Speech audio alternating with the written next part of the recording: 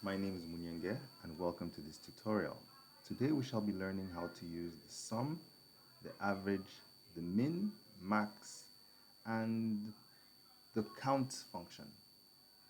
Here we can see that we have got a simple table, which is a mobile money expense tracker.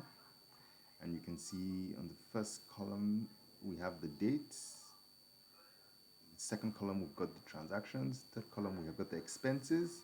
That's money going out of the account. And then in the fourth column, we have income, money coming in. So we want to, first of all, know what the totals are, right? So here, we want to know what the total expense is. Type in equal sign, sum, bracket open, and then is sun sum from C3 to C23, as you can see here. So C3 colon C23. There we go. And we do the same thing here. Equals sum D3 colon D23. So we can see the totals income received that month and total expenses. If you want to know what the balance is, it's simple. We can just subtract one from the other. So we have equals D24 minus C24.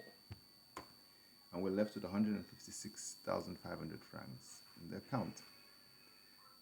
Okay, so what else can we calculate?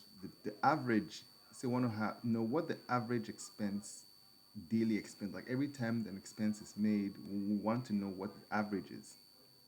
So it's simple, we'll just put an equal average. And we'll do the same thing here. Okay, Google Sheets is smart and it offers us suggestions, so we'll just take them. Here, I want to know what the minimum expense was, right? So type equals min, and we accept that. Equals min.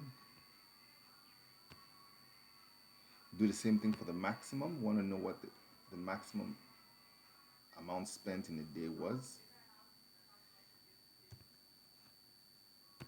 And here, max. Okay. And finally, we would like to count the number of transactions, right? So we want to count how many expenses were made in a month. So that would be equal count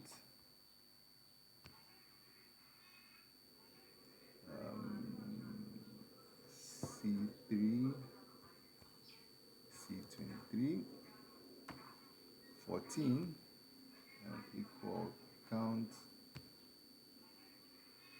No, I need to change this format. It's not money, put it automatic. Okay, so we had 7 income transactions and 14 expense transactions. But we're able to use the count function, as you can see up here, because these are figures.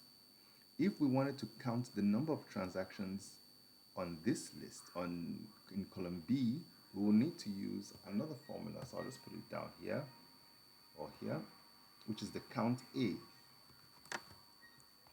Count A, right? And that's going to be B3 to B23. 21. And 21 is equal to 14 plus 7. But we use count A to count text values and count to count numerical values. Thank you very much. And I hope this was insightful. And comment below if you didn't understand anything or you would want me to teach you something else next time. Thank you very much.